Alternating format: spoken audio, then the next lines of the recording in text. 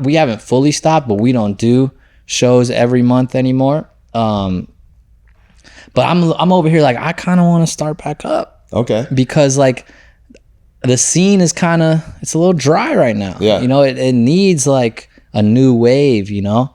And I feel like Miami, in my opinion, is like from a live music perspective, even from an intimate standpoint. So like doing like these smaller shows that I think, and again, I don't know how the artists feel about it, but like as a fan, there's nothing better than a small show. Like Nothing. It is the most, like I remember seeing The Weeknd when he first started in like a small venue, and it was unbelievable. Yeah. Like it was just so like intimate. It's the best. Yeah. And then like, but we have a lack of venues here. Yeah, exactly. Yeah. That's true. And I feel like a lack of like, well, that's really the main thing. You said it. It's a lack of venues. Yeah. That's something. The math on it is something I'm wrestling with, but I'd love to open a live music venue in Miami, because in that size of like 1,000 people, you know. Yeah, this would be a great spot for it, by the way. Yeah. No, seriously. Yeah, this area I can connect you with AJ Capital. So. Yeah, this is a booming area. Yeah. And Sonny's, the owner of Sonny's, Will. Have you been to Sonny's yet? What's that? The steakhouse across the street? Nah. It's the number one steakhouse in Miami. What? It's never even heard of it. Unbelievable. Yeah, Shout out to Will at Sonny's. I gotta check it out. Fantastic. You'd love it if you like steak. But I do. It's fantastic. Great ambiance. It's like it feel like you're at home, in your backyard. Yeah, I gotta try it. I love steak. Yeah, but me and him were talking about it. That's what Miami's missing, a small live music venue. Yeah, right? Something that could be like consistent with different artists and different stuff. Yeah. So let's talk about that. All right, sweet. Yeah, love it. And then so talk about, because I know this has to be, and you don't have to name names or anything, but like, what were the most difficult circumstances around talent? Like, and I'll give you, like, in my head is where this is coming from. So, I love going to live concerts, but I have to have like my perfect seat and the perfect thing. I'm like weird like that. And I'll never forget spending a fortune on Lauryn Hill, and having the perfect seat and the people I want, and 10 o'clock rolls around. Yeah. 10:45 rolls around. The DJ has now played the same set 3 times through. Man. He's holding up signs to get the crowd to clap. Like, it's getting really bad. Like, she's now like, and I love Lauryn Hill. I mean, not to throw her under the bus or anything, but she was like 3.5 hours late. You know? And then it just, ruined the experience. So do you have, and again, you don't have to name names, but do you have any like, those kind of stories that just absolutely screwed you over? I have some late stories for sure. This one was interesting. So the second year of Rolling Loud, we stepped up our talent budget a lot, and we had booked Future.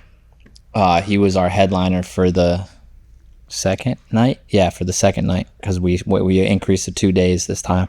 And I got a call early in the day, or like, hours before his set. Hey, like I don't know if he missed it or his commercial flight got canceled. Like, he was flying from some other city and the flight got canceled or whatever. So they're like, don't worry, he's still going to come to the show. We're going to fly private, but we got to wait out this weather or something happened. Yeah. Right? Man. And he's the headliner. Right? So, and our whole thing is like riding on like, yo, Future's got to perform, man. Like, if Future doesn't perform, like, we're going to be looked at like scammers, Like, you could have all the artists perform all day, but if your headliner doesn't perform, like, that's a problem. Yeah. Everything was riding on him showing up. So he eventually did show up, but it was like 2 hours really late. Yeah. So same type of thing. We got this DJ playing for a while, and then like, our fans are rowdy. You can't keep hyping them up, and that like they're gonna get too hype. Yeah. Literally, I got the cops coming to talk to us. They're like, "Hey, man, you got to actually chill this crowd out, because if you keep hyping him up and he's not here, like, this is gonna be a problem. They're gonna burn the place down." Yeah. So we actually put this DJ on that like we're like, yo, just play like the most chill, like weird shit. That's hilarious. I start seeing tweets at Rolling Loud like, yo, what is this ambient, like, what elevator music? We're just like, ignore it. Yeah. You know, like, yo, we just, every once in a while, like, hop on the mic, like, Future's on the way, you know, whatever. Yeah. But finally he showed up and they all forgot. Soon as he hit the stage, like, that was the punchline. It's like, he showed up. Yeah. Other than that, it's crazy artist stories. I mean, we had a lot of like artists being late. That's a whole issue. Common theme. Yeah. But I think us and the artists have done a good job working together to like help that happen as a little as possible. Something we've done on our end is earlier in the day, we'll just cut your set. Like, cause we used to like not try to cut sets. And so the whole schedule would get messed up. I was about to say, then it messes up the whole schedule. Yeah, it's like if the 7 p.m. guy is late and we let him do his full set, then it affects the next set and the next set and the next set. And if you have a curfew, that's a huge problem because then you're going to cut the headliner set. Right. So we started just cutting sets earlier. But even so, that's the worst thing is when you have a curfew and the headliner's late. I had that with Nicki Minaj in New York. Like, we had a 10 p.m. curfew. They're like tracking her location. We told her be at the venue by 8 because you're on it, 8:40 or something. She was still like at 8:40. She was still in Midtown or wherever Manhattan, and our show's in Queens. Yeah. Like, oh man, come on. So she didn't show up till like 9:15 or something like that. She gets on stage doing the show, and then she's trying to push past curfew. And I'm like, dude, this is New York City. Yeah, this is NYPD. Yeah. Like, they're not gonna mess we around. Bought her a few minutes, and I don't mean paid for a few minutes because it's not even like that. It was just like, yo, please, guys, like, yeah, help us out here. Yeah, so they helped us out a little bit, but they shut it off on her. I got nothing. I can't stop NYPD. Yeah. And then she was pissed. She's all mad at me. She like yelled at me. I was like trying to introduce myself, like, hey, thank you for coming. Like, appreciate, because before, when we were just in my Tahoe driving around Florida, I talked to every artist that'd be in my car with me. It was all cool.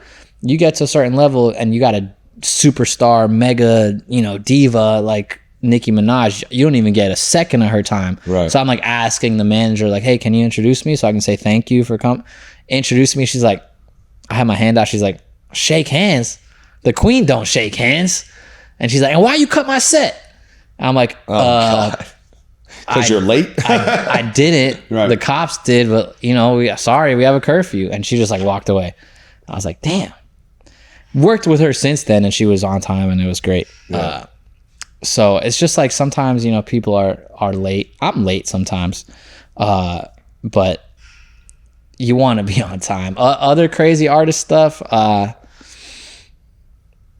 man, it's just like just crazy performances. A lot of like crazy like collaborative performances, like you don't expect, and the next thing you know, like Chris Brown is on your stage with Future, or like Kanye gets brought out and you didn't like what Kanye. So a West lot of times they don't tell you. No, well, we knew. I've been told for years that Kanye was coming, and then all of a sudden it actually happened. Yeah. And then I cleared out our compound for him, like gave him my trailer, like all this stuff.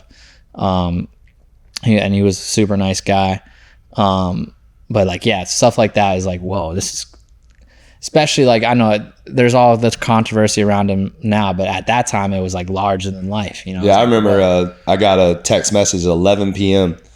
Hey, come to church, and from my pastor. And I was like, it was 11 p.m. I was like, what? Yeah. And so I go, and there's like thousands upon thousands of people outside the church.